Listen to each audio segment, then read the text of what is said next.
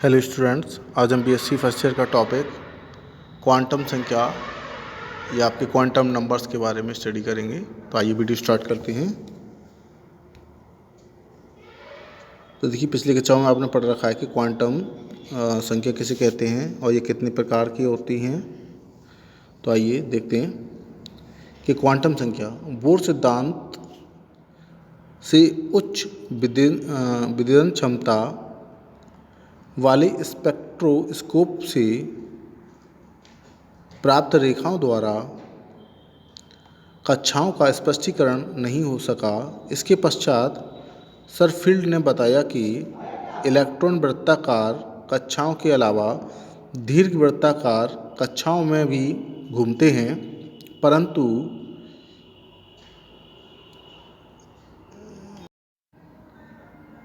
परमाणु में किसी इलेक्ट्रॉन की ठीक ठीक स्थिति और ऊर्जा को व्यक्त करने के लिए कुछ संख्याओं का प्रयोग किया जाता है, जिन्हें हम क्वांटम संख्याएं कहते हैं। क्वांटम संख्याएं चार प्रकार की होती हैं।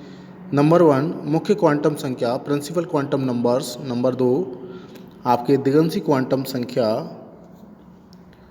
आपके नंबर 3 चुंबकीय क्वांटम संख्या, मैग्नेटिक क्वांटम नंबर्स। नंबर 4 या डी चक्रण क्वांटम संख्या, स्पिन क्वांटम नंबर्स। तो आपकी चार प्रकार की क्वांटम संख्याएं हैं,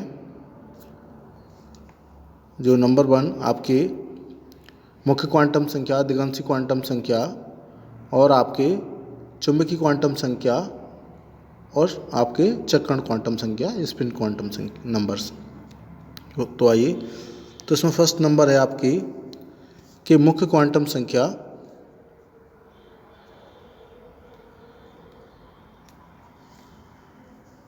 मुख्य क्वांटम संख्या या प्रिंसिपल क्वांटम नंबर्स, इसको स्मॉल n द्वारा व्यक्त करते हैं। तो इस क्वांटम संख्या द्वारा इलेक्ट्रॉन की कक्षाओं का आकार तथा इलेक्ट्रॉन का कक्षा में स्थान व ऊर्जा को दर्शाया जाता है। इसे स्मॉल n द्वारा प्रदर्शित करते हैं या व्यक्त करते हैं। यहाँ पर स्मॉल n एक पूर्णांक है जिसका मान 1, 2, 3, 4 एंड स्मॉल n आदि हो सकता है, जिन्हें KLMN आदि द्वारा भी निरूपित किया जाता है। कक्ष की नाभिक से इलेक्ट्रॉन की दूरी बढ़ने के साथ साथ इसकी ऊर्जा भी बढ़ती जाती है। यह ऊर्जा स्तर की क्वांटम संख्या होती है। किसी भी कक्ष में उपस्थित इलेक्ट्रॉन की अधिकतम संख्या n² होती है, जहां n कक्ष की संख्या है। तो देखिए, एक टेबल दे रखी है कि पूर्णांक कक्ष अधिकतम इलेक्ट्रॉनों की संख्या 2n² के अकॉर्डिंग।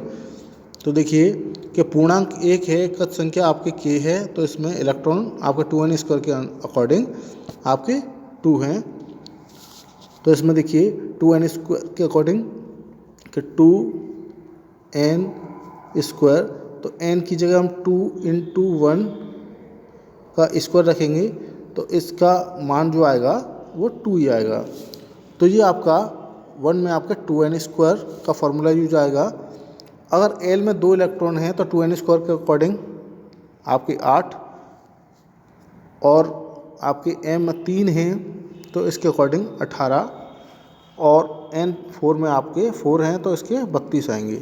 And song.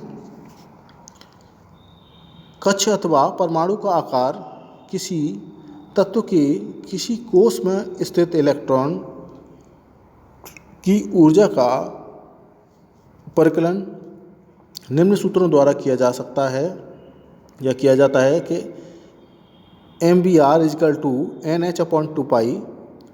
समसमीकरण कक्ष का आकार बताती है। En = -2π² mZ²e⁴ यहाँ पर E इलेक्ट्रॉन का आवेश है, H प्लैंक स्थिरांक है, Z परमाणु संख्या है, E किसी विशेष स्तर पर इलेक्ट्रॉन की ऊर्जा है। किसी स्मॉल nV कक्षा के इलेक्ट्रॉन की ऊर्जा हाइड्रोजन परमाणु की nV गणना करने के लिए निम्न व्यंजक या समीकरण प्रस्तुत किया जाता है, जैसे E = 13.6/n² EV या आपके 313.5208/n² किलो कैलोरी प्रति मोल, n बराबर 1, 2, 3 आदि। तो ये है आपकी मुख्य क्वांटम संख्या। इसके बाद है आपकी नंबर बी या सेकंड नंबर कि दिगंशी क्वांटम संख्या। तो इसमें देखिए, इस क्वांटम संख्या द्वारा किसी कोष में उपकोषों की संख्या तथा इसके आकार का ज्ञान होता है। इसे स्मॉल l से व्यक्त करते हैं या प्रदर्शित करते हैं। स्मॉल l का मान 0 से लेकर के 1, 2, 3 वाले उपकोष SPDF द्वारा दर्शाए जाते हैं। तो इसे कभी कभी कोणीय संवेग क्वांटम संख्या भी कहते हैं। इस क्वांटम संख्या द्वारा नाभिक की प्रत्यय इलेक्ट्रॉन मेघ का आकाशीय वितरण तथा उसके कोणीय संवेग का ज्ञान होता है। गणितीय रूप में इसे निम्न अनुसार दर्शाया जाता है कि MBR = h.2 पाई √L ब्रैकेट में L+1 या h.2 पाई n।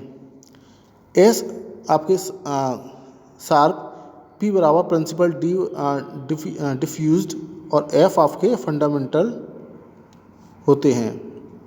किसी विशेष इलेक्ट्रॉन की ऊर्जा स्मॉल n के साथ साथ स्मॉल l पर भी निर्भर होती है और स्मॉल n के मान के लिए s इलेक्ट्रॉनों पर p इलेक्ट्रॉनों की अपेक्षा कम ऊर्जा पाई जाती है। इसी प्रकार p में d से कम व d में f से कम ऊर्जा होती है।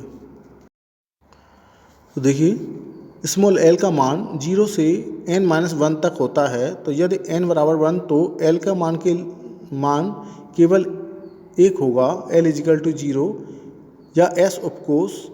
यदि n बराबर 2 हो तो l के मान 2 हो सकते हैं, L बराबर 0, L बराबर 1, SP उपकोष।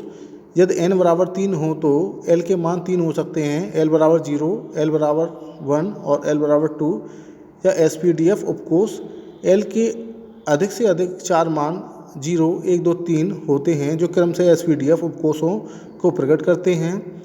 L = 0 से आशय S उपकोष से है जो गोलाकार होता है। इसी प्रकार L बराबर 1 तथा L बराबर 2 क्रम से P तथा D उपकोष होते हैं जिनकी आकृति डंबल तथा ड्रो डंबल प्रकार की होती है। L बराबर 3 होने पर F उपकोष होता है जिसका कोई आकार नहीं होता या जटिल आकार होता है, कॉम्प्लेक्स होता है। नेक्स्ट है आपकी क्वांटम संख्या है चुंबकीय क्वांटम संख्या, मैग्नेटिक क्वांटम नंबर्स। तो इसमें देखिए, इसे स्मॉल m से व्यक्त करते हैं। तो इस क्वांटम संख्या द्वारा किसी उपकोष में कक्षकों की संख्या का बोध होता है तथा इसे स्मॉल m द्वारा व्यक्त करते हैं। किसी विशेष स्पेक्ट्रमी रेखाओं को उत्सर्जित करने वाले स्रोत को चुंबकीय क्षेत्र में रखते हैं तो रेखीय स्पेक्ट्रम की प्रत्येक रेखा कई पतली रेखाओं में विभाजित हो जाती है या बढ़ जाती है। यह प्रभाव जीमन प्रभाव कहलाता है। चुंबकीय क्वांटम स्मॉल m का मान दिगंशी क्वांटम संख्या स्मॉल l के मान पर निर्भर करता है। स्मॉल m का मान -L से +L तक होता है, अर्थात L के मान किसी मान के लिए m के कुल मानों की संख्या 2L+1 होती है। यदि L बराबर 0 तो m का मान -m बराबर 0 होगा या m बराबर 0 होगा। यदि L बराबर 1 है तो m के 3 मान होंगे कि -1, 0, +1। यदि L बराबर 2 तो m के 5 मान होंगे -2, -1, 0, +1, +2। यदि L बराबर 3 तो m के 7 मान होंगे -3, -2, -1, 0, +1, +2, +3। ये आपके L के मानों पर निर्भर हैं। किसी उपकोष में कक्षकों की संख्या को स्मॉल m के मान द्वारा दर्शाते हैं जो उपकोष SPDF में विभक्त होते हैं। इसलिए S उपकोष केवल 1, P उपकोष 3, D उपकोष 5 तथा F उपकोष में 7 कक्षक ऑर्बिटल पाए जाते हैं। तो ये तो है आपका चुंबकीय क्वांटम संख्या, मैग्नेटिक क्वांटम नंबर्स। इसके बाद है आपका चुंबकीय चक्रण क्वांटम संख्या, स्पिन क्वांटम नंबर्स। तो इसे देखिए कि इस क्वांटम संख्या में इलेक्ट्रॉन नाभिक के चारों ओर चक्कर लगाने के साथ साथ एक अक्ष धुरी पर भी घूमता रहता है। इस क्रिया को चक्रण या स्पिन कहते हैं। इसे व्यक्त करने के लिए चक्रण क्वांटम संख्या स्मॉल एस प्रयुक्त की जाती है, स्मॉल एक्स से व्यक्त करते हैं। इसके अतिरिक्त यह भी सुझाव दिया गया है कि किसी भी कक्षक में अधिक से अधिक 2 इलेक्ट्रॉन हो सकते हैं जिनके चक्रण विपरीत दिशा में होते हैं। एक इलेक्ट्रॉन का चक्रण दक्षिणावर्त यानी क्लॉकवाइज तथा दूसरे वामावर्त एंटी क्लॉकवाइज होता है, जिन्हें क्रम से एक एरो ऊपर और एक एरो नीचे से दर्शाते हैं। इसका मान चुंबकीय क्वांटम संख्या के मान पर निर्भर करता है। स्मॉल m के मान के लिए s के 2 मान होते हैं, +1/2 तथा -1/2 होते हैं, जिन्हें क्रम से +1 और -1 एक आपका प्लस का एरो और एक माइनस का एरो द्वारा व्यक्त किया जाता है।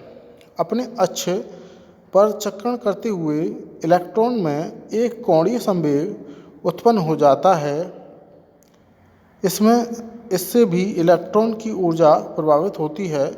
चक्रण क्वांटम संवेग को गणितीय रूप में निम्नानुसार व्यक्त किया जाता है, जो mgr = h/2 ब्रैकेट में अंडरवुड में s ब्रैकेट में s+1, जहाँ s चक्रण क्वांटम संख्या है जिसका मान +1/2 तथा -1/2 हो सकता है। देखिए एक टेबल दे रखी है जिसमें आपके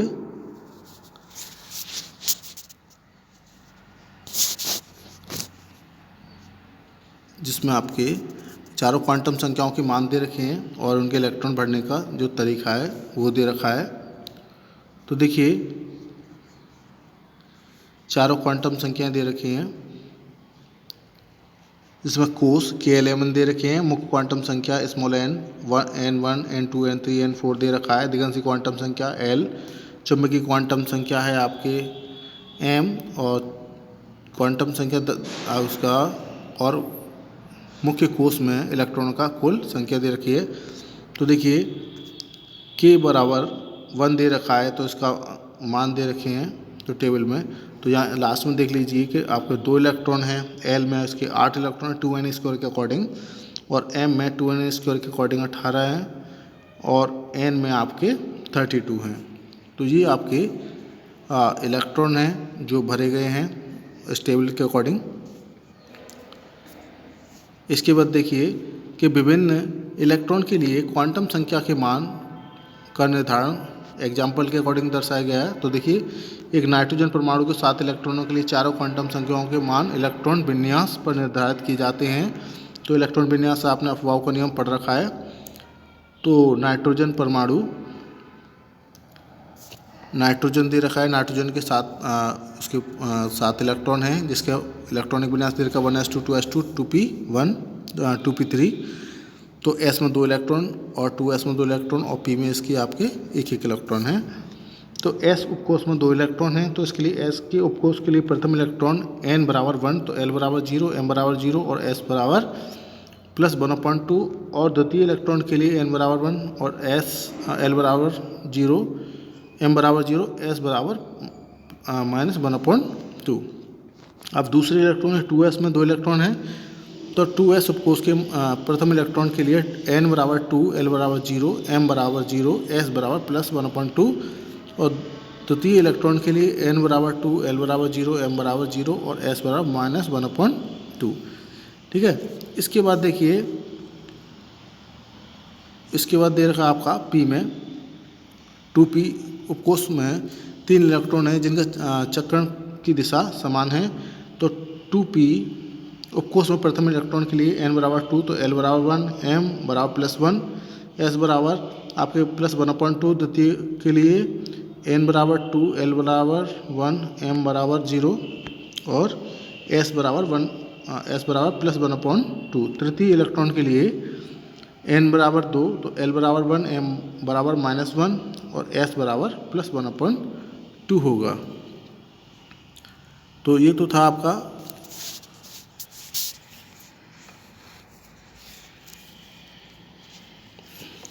ये तो थे आपके क्वांटम नंबर्स, क्वांटम संख्या। जो आपका टॉपिक कंप्लीट होता है, क्वांटम संख्या किसे कहते हैं और कितने प्रकार की होती हैं।